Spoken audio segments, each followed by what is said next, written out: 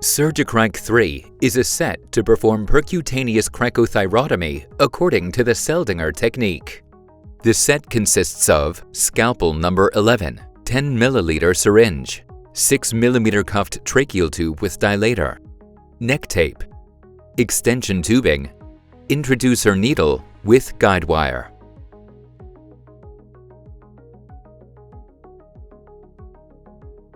Hyperextend the patient's neck and locate the cricothyroid membrane by palpation of the depression between the thyroid and cricoid cartilage.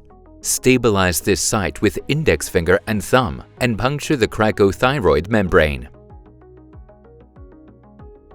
Check for correct position of the introducer needle by aspirating air with the syringe. Insert the catheter along the metal needle in caudal direction until the flange rests on the neck.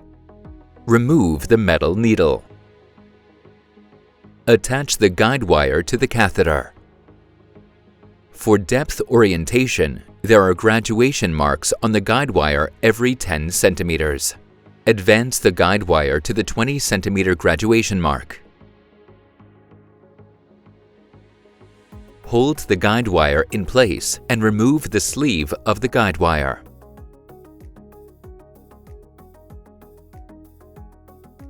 Then, remove the catheter.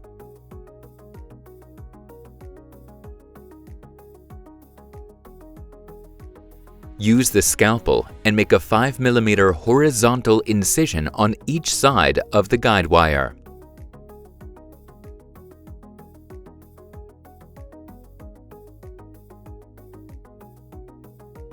Railroad the tracheal tube via the preassembled dilator over the guide wire into the trachea.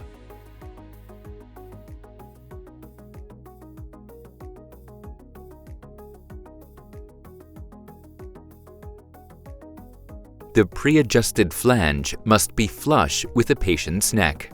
During this procedure, make sure to hold the guide wire at the proximal end.